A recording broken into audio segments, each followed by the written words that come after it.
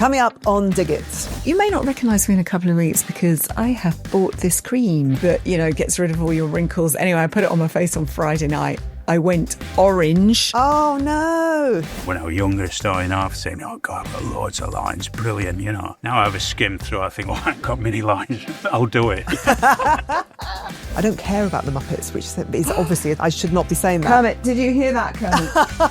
Furious. All of that right after this.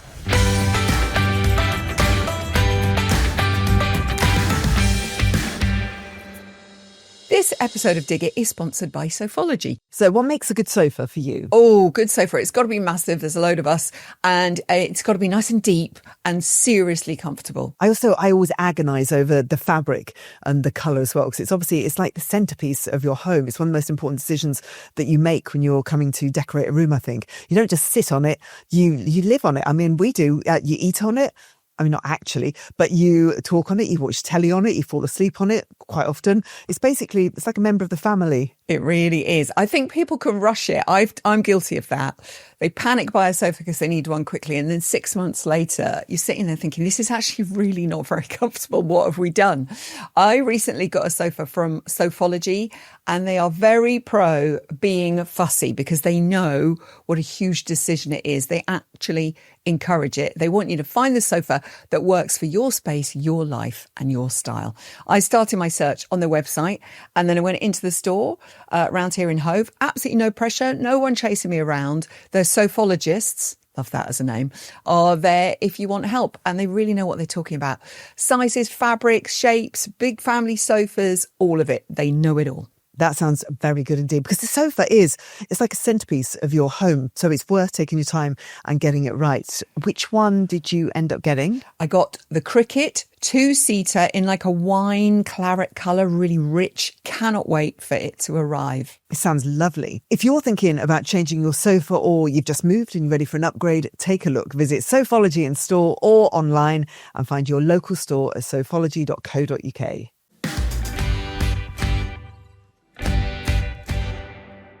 Happy Wednesday, Zoe, and to all our diggers, everybody who's listening at the moment. I know you listen in different places and what you're doing all different things. Zoe and I are just connecting through the power of the pod. How are you doing? I'm doing great. Do you know what, Jo? I'm in such a good mood. Diggers, I hope some of you are feeling the joy of a bit of sunshine. We've got a bit of sunshine in Brighton. Yeah. I woke up to blue skies. May not last long. I know there's so much rain at the moment, and I know that lots of people are suffering really through lots of terrible flooding. But for a moment, there's a break in the grey and the blue skies outside. And I hopped into the garden this morning, watched all the little birds coming to the bird feeder, and enjoyed the pops of purple that have started. I've got my little muscaries have all popped up, and my little iris Pauline of popping up. The little short irises that come first in the spring. Yeah. And they've survived the squirrels in the pots. So that's made me really, really happy. Just those little moments of joy. It's like grab them while you can. So I'm feeling well chuffed this morning. Yeah, because I think January was beginning to continue into February. I don't know about you.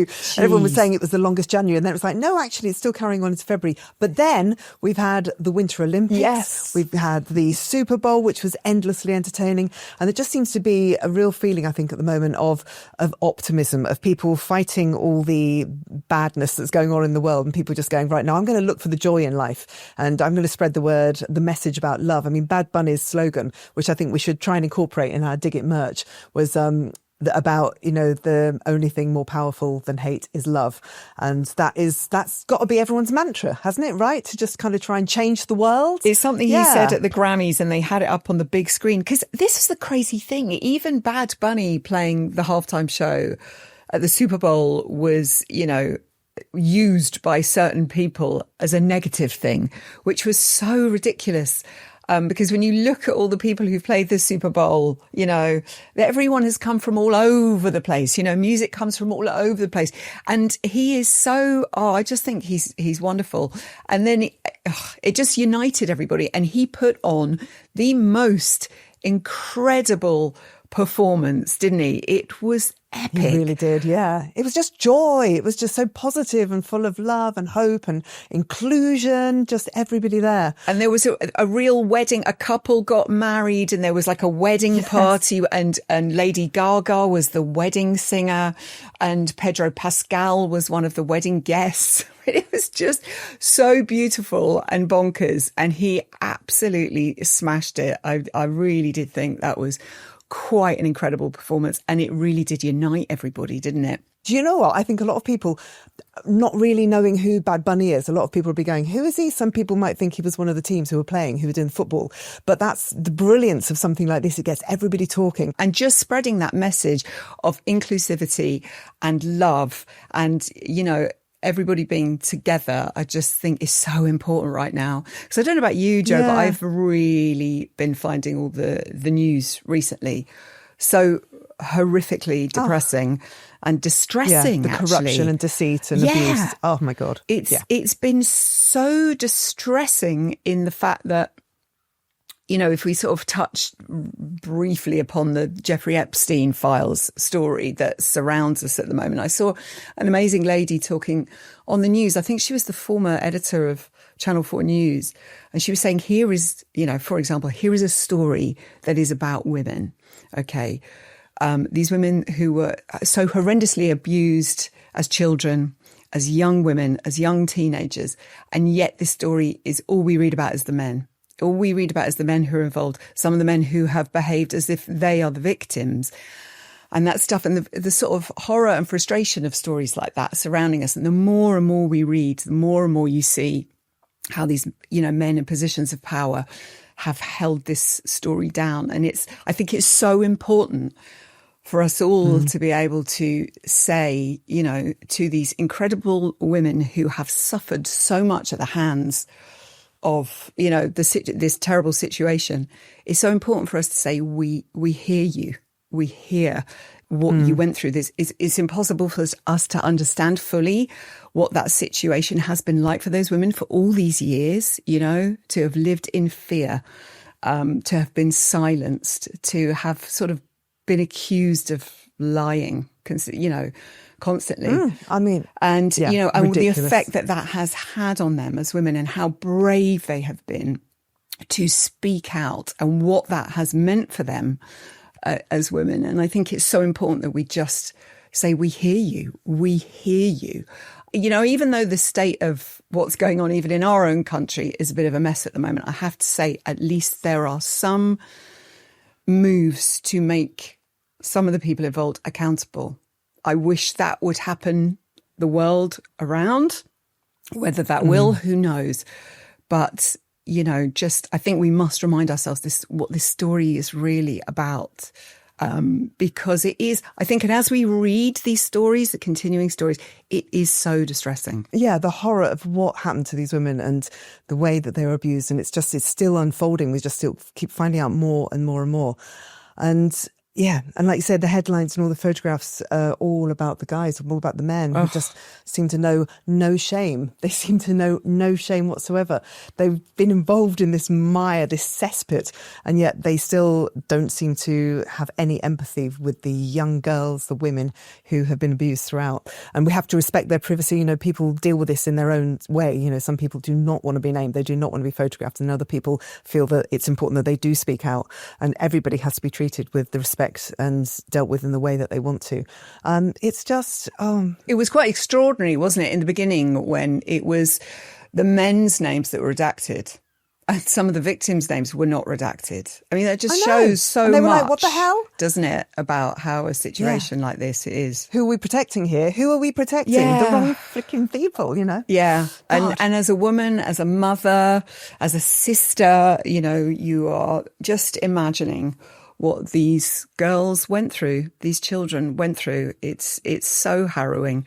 So we need at the moment, you know, unity We need to remember what a Bad Bunny is saying. He's so right. You know, the only thing more powerful than hate is love and coming together and showing support where we can. And he's also spoken out about women, hasn't he? About the treatment of women, about how important it is to treat women with respect and with dignity and without abuse. He's a very, very good soul, a very good role model. What an amazing role model he is. He is a great role model.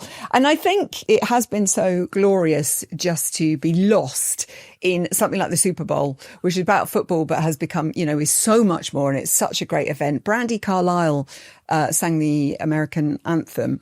And I saw her, I think she's being interviewed by Zane Lowe. And, you know, it's an interesting time to choose to sing, you know, the national anthem and America the Beautiful. I never knew that it is a poem written by a woman. And Brandi, I didn't know that either. No, I had no idea. And Brandi said it is, if you read the meaning below, you know, it is about hope. And she said, and that is why I want to be out there and sing this. And she did such an amazing job. And Green Day singing American Idiot. You know, it's a lot of people saying, albeit slightly censored, but we know what they're saying. We know exactly what they're saying. People in power not wanting them to be performing at all. It's like, oh, for goodness sake. I know, throwing toys out of the pram. Like, it's terrifying. It's terrifying to see. Oh. Don't forget, you can watch Dig It as well as listen to it. We're on YouTube, and if you're watching right now, hit subscribe and you will never miss an episode.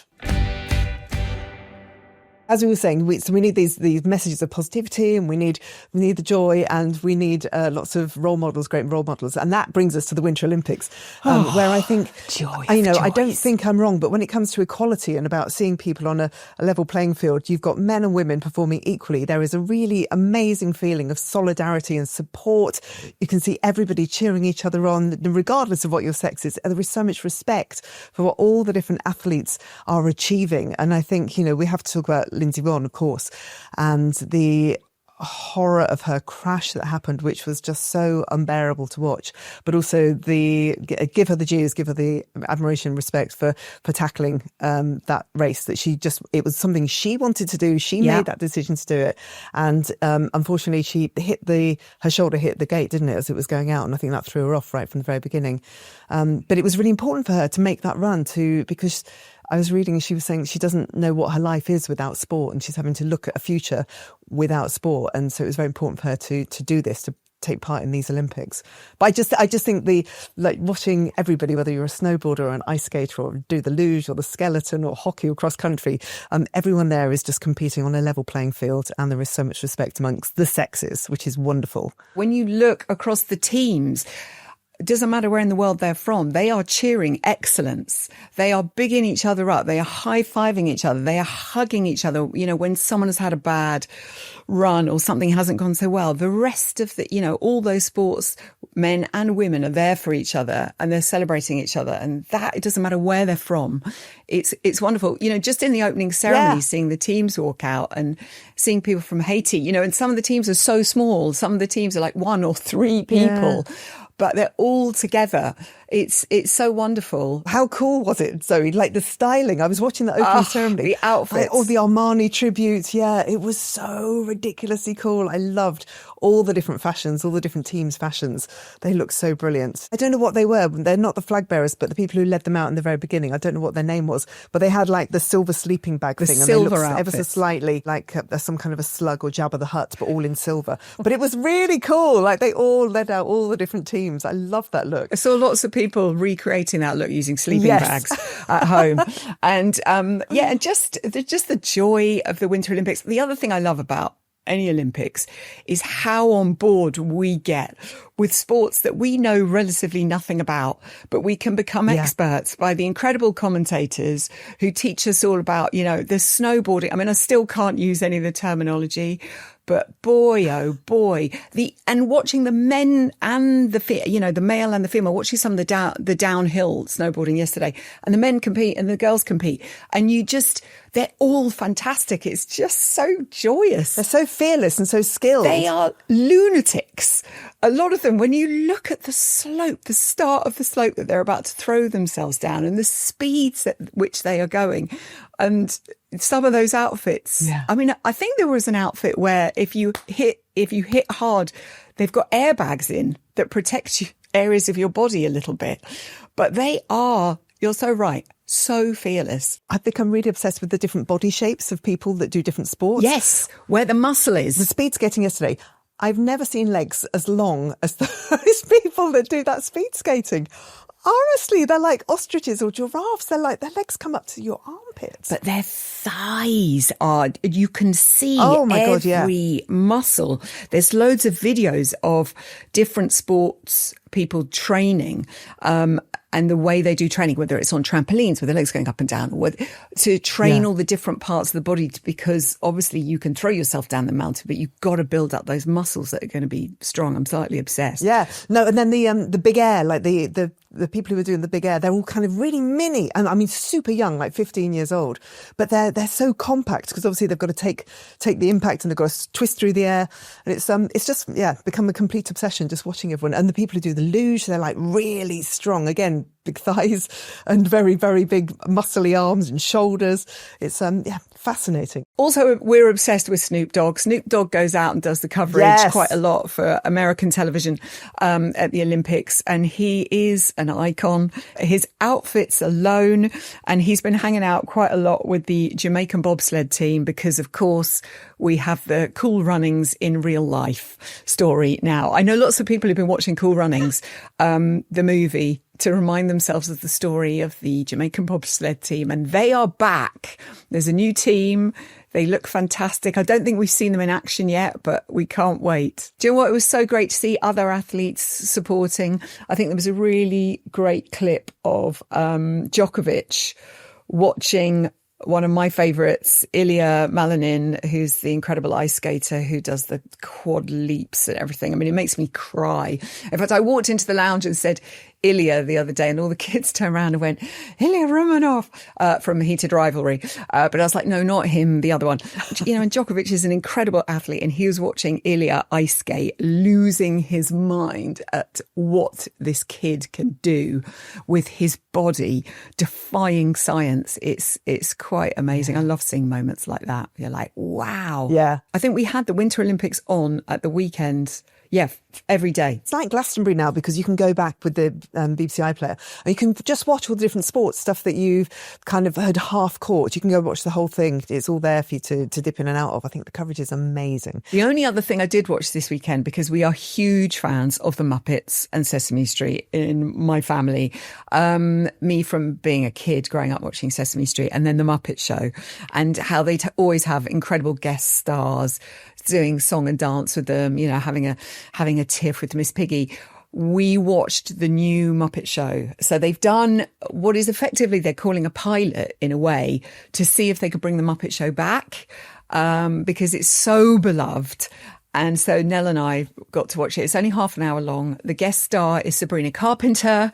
Gonzo is there attempting a ridiculous feat. There's all the chaos backstage. We never watched the Muppets at home. It's so funny. I think it was quite American and it just wasn't something that my parents were into. I don't know why. We were stuck watching Laurel and Hardy and things like that. Also brilliant. But it's like a massive gap in my cultural knowledge. I don't care about the Muppets, which is obviously, I should not be saying that. Kermit, did you hear that, Kermit? Furious. I've just got a thing about puppets, you know, Zig and Zag, Gilbert. Oh, yeah. Well, you've worked with them all. Sage and Onion from Live and Kicking, Gordon the Gopher, Ed the Duck. I just have always loved puppets. And I think I might have told you the story before, but one of the highlights of my life was sitting at the big breakfast table with Kermit and Gonzo either side of me. Frank Oz walked in, and he was so many of the Muppets, and Frank Oz walked in and was like, "Hi, Zoe." I was like, how does Frank Oz know my name?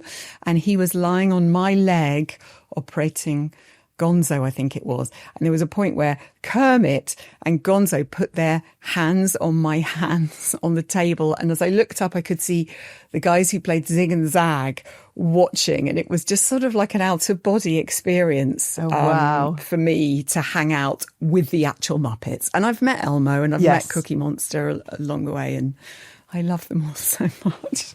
It's just the kid in me. How's the garden looking? Oh, Joe, do you know what? When I step out at the moment, I am so thrilled. The little pops of purple, my irises, all the bulbs are coming up. The daffodils have survived. I planted tulips underneath the sort of wire.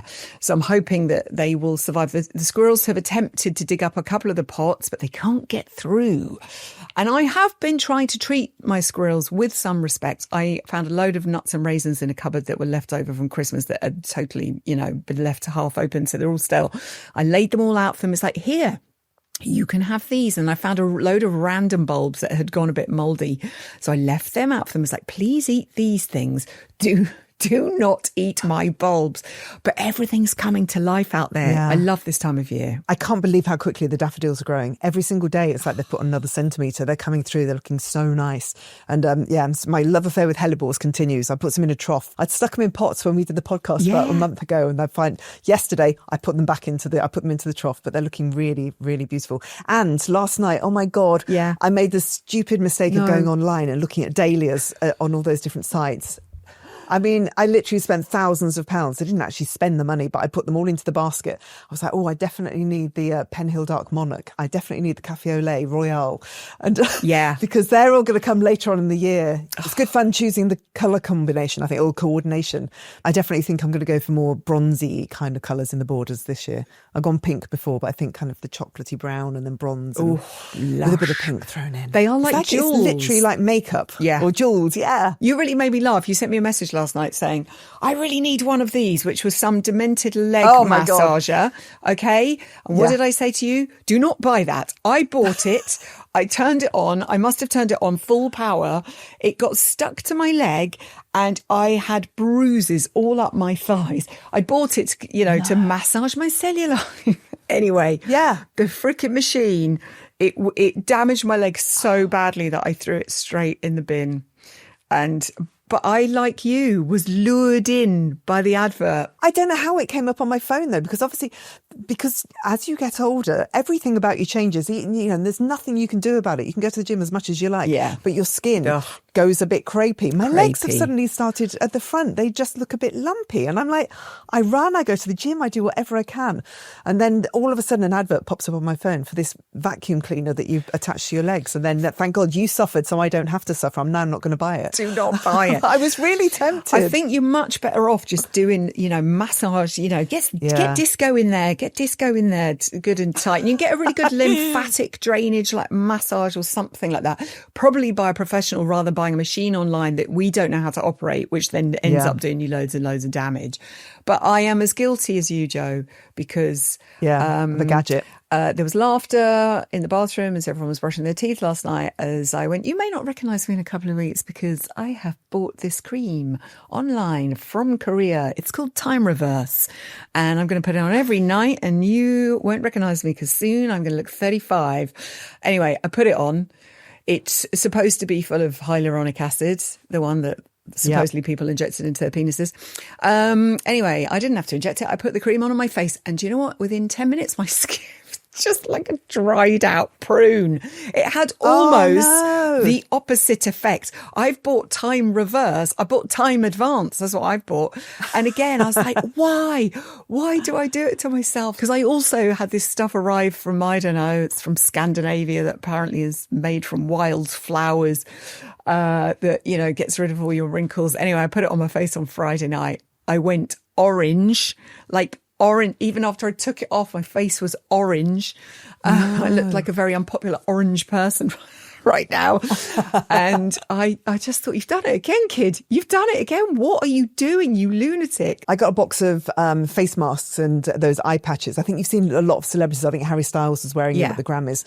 It's 111 skin. Oh, yes. And I've tried loads and loads of different face masks, and I absolutely I would say these are the best. Are they the best? Right. You get the best results. They tighten everything up. They don't leave you feeling really, really dry. So before we were doing the pod this morning, I was making the breakfast with this black mask on my face. I should have taken photographs, and I was there doing the Marmite and the toast and making the tea. You have to kind of keep your face upright, don't you, so it doesn't fall off. I've got one. So it doesn't slide down your face. Yeah. Disco walked into the kitchen. He literally just went, "Wah!" Just recoiled. Oh, God. I was like, it's fine. It's for the pod. I'm going to look 10 years younger. I've got one that I use sometimes before I do the pod that is full of hyaluronic acid, and it cools your skin, and it supposedly helps with all the lines.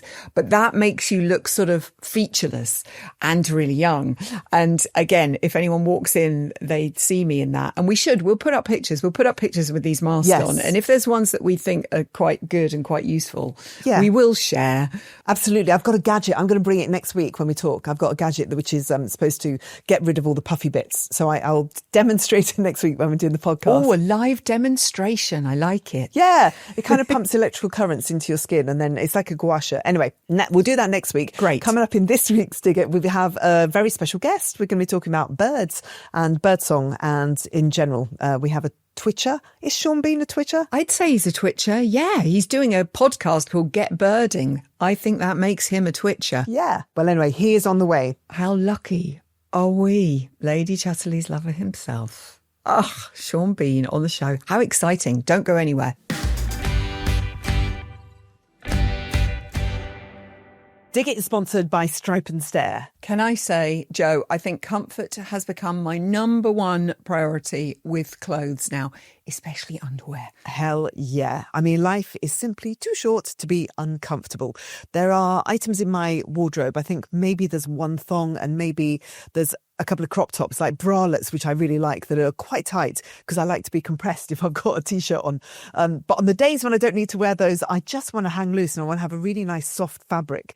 And that is my ultimate dream bit of underwear. That's why I love Stripe and Stare so much. Their knickers are unbelievably comfortable. They're soft, they're breathable, really kind to your skin. Yeah, they're made from natural fibres. There are no nasty chemicals. And I think you really notice the difference straight away. And I love that they don't just stop at knickers. Their bralettes are brilliant, no underwire, no digging in.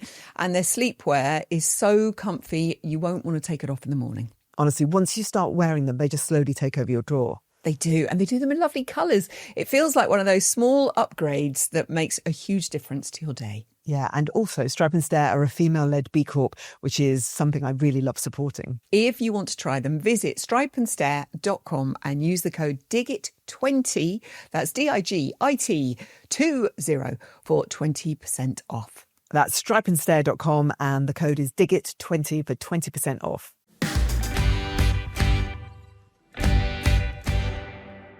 So Dig It is all about gardening. It's all about gardens. So why don't we go and speak to someone in their actual garden? And that somebody is Sean Bean, who has a podcast which is called Get Birding. Are you in your actual garden, Sean? Yeah, I am at the moment. Just in the front garden.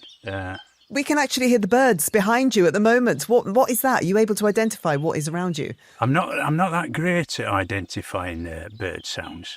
But I know they're not sparrows because you don't get many sparrows around here. You know, in the countryside, you don't get many sparrows there. But we get lots of other things, you know, here. We get woodpeckers and herons and, trying to think, buzzards, kestrels, red kites. Yeah, and it's something I've been interested in since I was a kid, you know, growing up. And my next door neighbour, a guy called Ron Howard, not the film diaries. Not the film director. Not from Happy Days. That would have been so good. A lovely old guy. And he got me into it a little bit, you know, identifying the birds in the garden. It was interesting gardening. I learned a lot from him about horticulture and about gardening in general.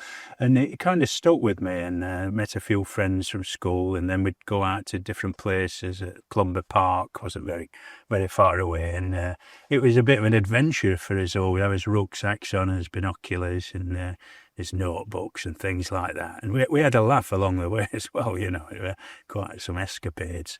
And it's carried on from there, really, in between working and, you know, moving to different houses and then going away on film shoots, you know, for a while. It's but when I get back home, it's always great, and just to ground myself again, and to just I guess it's been proven that it's good for your peace of mind, for your health and everything like that. And I think that certainly is the case, you know, especially when you're working with, like yourselves, you know, they're kind of high pressure jobs, and, you know, you're very focused, and it's nice just to come back and relax and look around and not have to think about anything and not learn any lines. How is line learning? When I was young, Sean, I really wanted to act, and then I realised I could never remember lines. And so I used to riff it and make it up, and you can't really do that with the bard. How is line learning? Is that? Do you have a way of doing it? No, I've tried everything. I've tried every way. I've even tried trying to learn the words backwards, which was absolutely stupid, a right waste of time. Felt like the devil, you know what I mean? Like something out of The Exorcist. It's I've tried all these different ways. I've been on the internet and Googled it and everything. And there don't seem to be any way. It's just, for me, it's just repetition and trying to. Sometimes I draw little pictures next to the lines or at specific moments. Like, you know, it just reminds me of what I'm talking about. And does forgetting your lines happen very often? Whether you're doing a film or whether you're on stage, are there moments when you know that you've got to say these words and you can just feel them just disappearing, or are they there? Are they very much in your head? Have you had times when you've forgotten lines that have been terrible? When you know them well, you can really go to good places, you know. Sometimes you get to a really good place and then you just stop. But not very often now. Sometimes it's other people and you're watching their performance, you're listening to them, and it's such a, they're so good, and what they're saying is so real that sometimes that stops you remembering your next line, because you're kind of thinking, wow, yeah, that was you know, it really affects you, which is a good thing in a way. It shows you're listening. But you know, when I get scripts now, you know, I used to look, you know, when I was younger, starting off, saying, oh, God, I've got loads of lines, brilliant, you know. Now I have a skim through, I think, well, I ain't got many lines, I'll do it. You know, you get these big chunks, but no, it's always, it's just a matter of, you know, preparing. It takes a long time to prepare. Do you garden? Do you dig stuff up? Do you plant stuff? Do you do veg? What are your gardening experiences? Yeah, I do a lot of gardening, and I've planted a lot of trees, a lot of, since I've been here. We've been here about 10 years now, so I've planted a lot of native trees, just like saplings when they were small, and sometimes you only have to make a spit with a spade, put them in and then squash it back in again. I think. That's what they told me. The Sean Bean gardening technique. I love it. Dig a hole, stick it in. And then they've grown now, you know, 5-6 years later, you know, they're 10 foot high. And so I'm growing like hedgerows and copses and stuff like that. And I do a lot of digging. When we first got here, you know, they ground it. You know, like a lot of houses, they do the building work, don't they? Then they just chuck all the rubble and then cover it with about an inch of topsoil, so you're forever digging up lumps of rock. But we've managed to solve that now, and you know, it's good soil, got a big compost heap, collect all the leaves, got massive leaf bins. And so we just put it all back in, you know, and it works really great. I'm living in the city again, and I've just bought a compost machine. I don't know whether it's going to work. I put all my food scraps in. Apparently, it makes compost really quick. I'll get back to you on whether that's, because I haven't got a huge amount of room in my garden now, and I was living in the countryside, and you know, you're massively into bird watching, and in the countryside we had owls, and we had all the different woodpeckers and the nuthatches, and I miss them having come back to the city, because we've got different bird life here. A lot of seagulls who can drive people mad, but I quite love the seagulls here in Brighton. My son can talk to them. So we used to have a seagull called Max who would come and visit, and he would tap on the window for Woody to feed him. And Woody would talk, so the seagull would go bap bap, and he'd say bap bap, and they'd have this really mad little conversation. And he's constantly saying, "Mum, will you give some money to the seagull man?" Because there's a man who rescues all the injured seagulls in Brighton, and he's like, "Mum, he really needs love and support."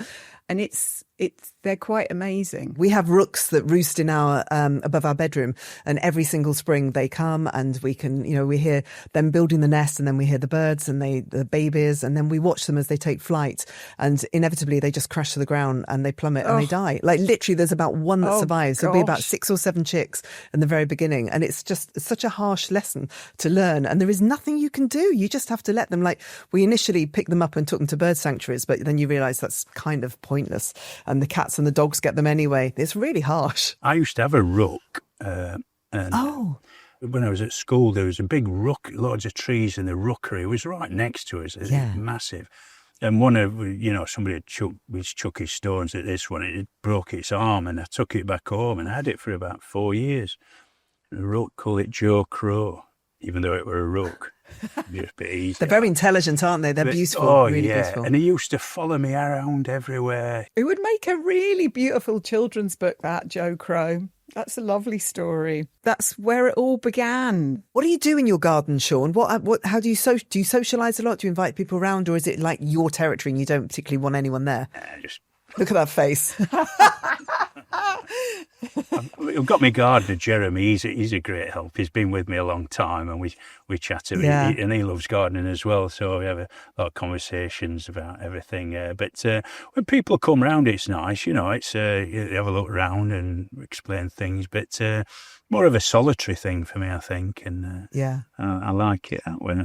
I think it's something that I'm only appreciating in the last few years of my life is what happens outdoors in the seasons and in the trees and in the ground and, sort of what you would look at as perfection before. And now we're all starting to embrace the wilder stuff and leaving areas of the garden to nature and watching it do its thing. It's amazing what that gives you. Yeah. I mean, I try to keep some kind of formality to our garden, but I just let some things go on their own. And there's a big tree I've got, and it broke down. A massive branch came off the other day, but it looks great. It's just like I kind of like the prehistoric look. I've got a lot of ferns and things like that.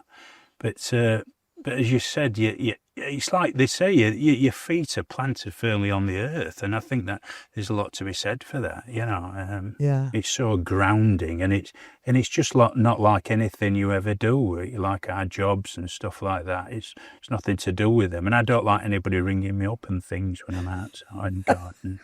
Sean, you are a bit of all of us, I think. Also, can I say that when we started talking to Sean this morning, we got a glimpse of his very own handiwork, because Sean has mended his own glasses with a nice little bit of handiwork with some wire. And I'm really impressed with that, Sean. Yeah, show us. There you go. Why buy new? Well, could have a little microphone on that, couldn't I? Like? You could. It's like a little Madonna mic. When did you both become interested in bird watching and that? Well, it's something that comes later in life, I think. Because when you're young, you're busy off, living a rock and roll lifestyle, or out and about and gadding about and being young, and life can be quite fast. And there just comes a point in your life, and I found it with so many friends, that there's a point where you just need to slow down and stop. And it was sort of just sitting sometimes, being outside, and sometimes suddenly you just find yourself going, what is that? I need to look that up. And once you start taking an interest in the birds that are either coming to your garden or you're seeing in your local park or about in the skies, once you start learning about them, they're just such incredible, beautiful creatures. And we are so lucky to be surrounded by such an amazing collection of birds. We moved into a barn conversion, so I always felt like we moved into a whole community that was here already. So I mentioned when we were talking earlier on about these rooks, and the rooks have obviously lived here for hundreds and hundreds of years, and we were just the latest inhabitants, and we coexist with them. And then the longer you live here, the more you realise the same birds return every single year at certain times. So we've got a woodpecker that is in the back of the house, and it comes and feeds. And it's I don't know what it's called, but it's the black one with the white spots and the red head. Greater spotted woodpecker. Yeah. Yeah. So that's in the back of the house. At the front, there's the green one, the one that it feeds on the worms in the garden. So they're very distinct where they are. They're wonderful. They go to the edges of the grass, don't they? Yes. The green woodpecker. Yeah. We have these amazing herons that exist. I don't know whether herons live in pairs particularly, but we've got one heron who's there winter after winter after winter, and it's so majestic and it's so beautiful, and it flies across, and it's like a pterodactyl when it goes across the garden, and all the kids get really excited to see it. And then recently another one came, and I presume they were mating. So I'm kind of... but you never see baby herons. No, you don't, do you? Where are they? Like tiny little herons walking about. With the little legs. I'd love that. And the legs growing very slowly. And, yeah.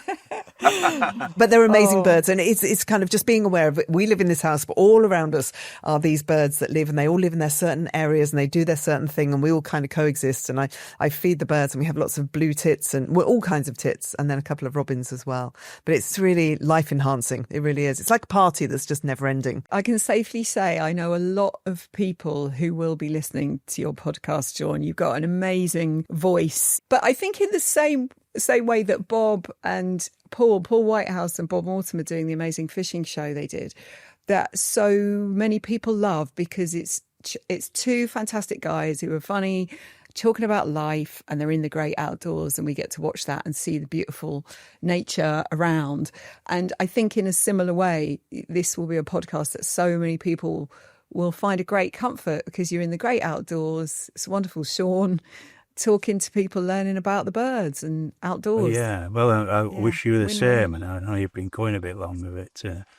It's great, that we have genuine passions, and that we want to explore them and share them with people. I think it's great. I've really enjoyed it so far. My son is actually in Thailand, and he's going on bird watching tours. He's obsessed with birds. And so I spoke to him earlier on to try and find out what birds he's going on a tour very soon. And I was like, what was the best bird you've seen? A Siberian blue robin is the best bird that he's seen so far. All sorts. They're very colourful, I should imagine. Yeah, amazing. I think the best present we've ever bought him was some binoculars, and he is obsessed with birds. It's such a lovely thing to have in your life, I think. Sean, it's been lovely to talk to you. And you, Joe, and you, really Joey. has. Thank you very much. And to hear the bird song in your beautiful garden. It's been really lovely. Thank you. A brilliant insight. Thank you, Sean. Thank you so much, Sean, and good luck with it.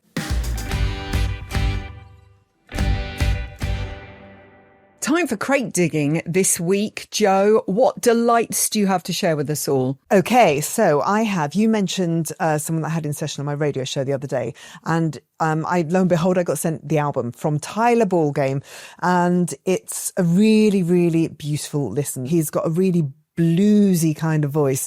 Amazing performer. For the First Time Again is the name of the album.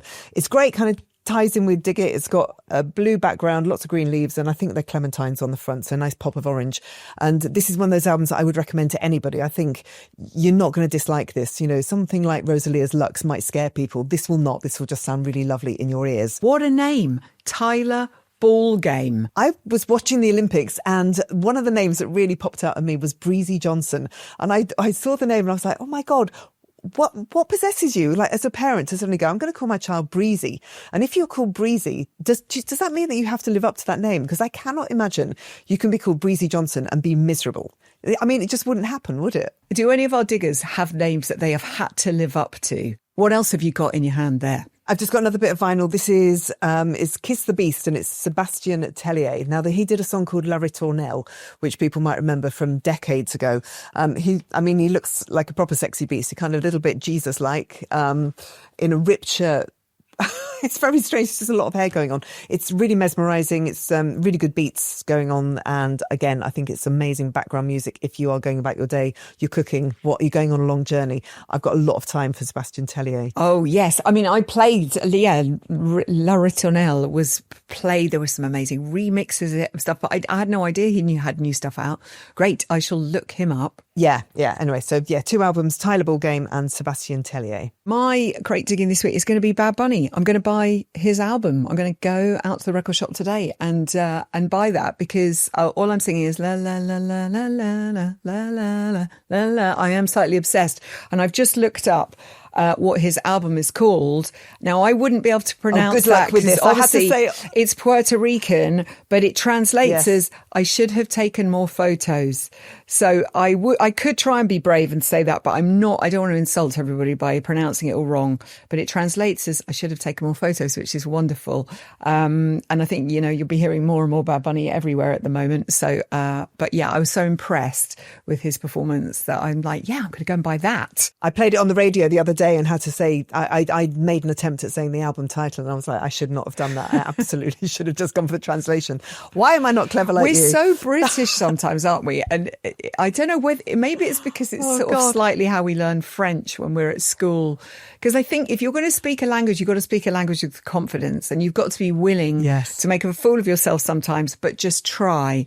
And I think I am very much from, we'd go on holiday to France and my dad would do the old Del Boys sort of scenario of, I would like a cup of coffee. And you're like, no, you don't speak French like you're in hello, hello. You've got to try and actually speak the language.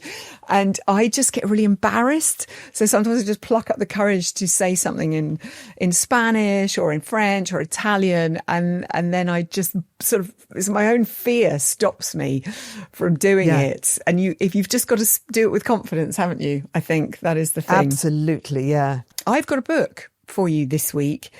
This is my friend. He's become my friend. His name is Henry Agg. He did my garden. He's an absolute superstar. He's a brilliant advocate of mental health and gardening.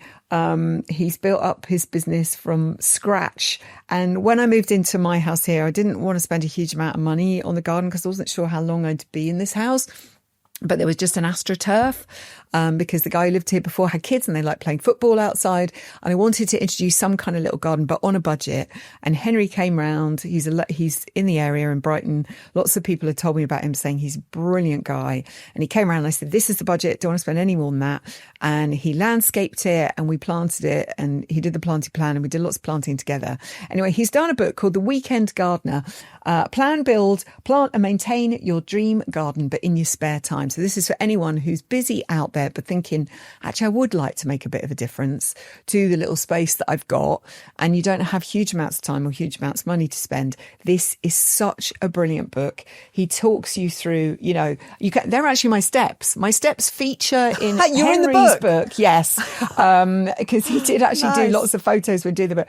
But he teaches you about how to do the landscaping yourself, how to plan the garden using the space that you've got, how to do things kind of on a real good budget, how to build a pergola, all things that he's done himself. And he shows you his own garden and how his garden was when he started and what state he got it to. I mean, look at that. Yeah. That was some of the state he got it to. It's such a brilliant book. He's a great guy. I love him to bits. So The Weekend Gardener, that is a huge recommend from me. And some of the gardening featured is actually mine. And I'm very chuffed. Talking of people who are incredibly loved, let me share with you this book. And this is Anne-Marie Powell. And she has brought a book out. And it's called A Year of Colour, How to Create a Bold and Bright Garden. I think both of these books that we're recommending are worth spending your money on. And Anne-Marie she is such a vivacious, vibrant woman. I only know her really from Instagram, she's popped up over the years and I've got to become quite fixated with her. She's just got the most sunny, beautiful disposition. She loves gardening with a passion. It's so real and everything that she does, I can relate to when I see all the different posts that she's doing, the planting that she's doing, talking about her pots. She's a really good communicator and this just talks you through the year, how to have colour in your garden. And I'm obsessed with colour. It's really important to me. When we moved into our house, the garden was just green and I've spent 17 years just injecting it with colour and vibrancy. And this is the kind of book that would be my Bible. And I'm going to refer to this and I'm going to follow everything that Anne-Marie says. There's lots of beautiful lilacs and oranges and pinks. And she just tells you how to get that in your garden. And you know Anne-Marie as well, I think. Yeah, I do. And again, just finding her on socials and following her and just finding her a real true inspiration. I was really excited to see her in the distance at Chelsea last year. I was like, oh, there she is. And I sent her loads of love because she lost her husband, Jules, who has been such a champion of hers and an incredible relationship they had. And she lost him last year and my heart goes out to her. And we sent her so much love. And she sent me a book as well. And it is glorious. The colour through that book. And explaining to you, because it is interesting, when you first start gardening, you sort of concentrate on like the summer plants when you don't really know what you're doing. And then you learn about a garden throughout the season and wanting interest throughout the season. And that's when you start really learning about, so these are evergreens and these are going to give you berries in January and February and those plants that come up early or come up late in the season. And this book is wonderful. there we go. I hope everyone's found a little bit of hope and joy in the pod this week, which is definitely much needed at the moment. I think everyone feels a little bit jollier, a bit more joyful, a bit more optimistic, and there are glimmers all around us at the moment that we can enjoy. And, you know, that is a good place to end our episode on, I think. It really is. Have a terrific week. Yes, and see you on Monday. I'll see you Monday. Bye, diggers.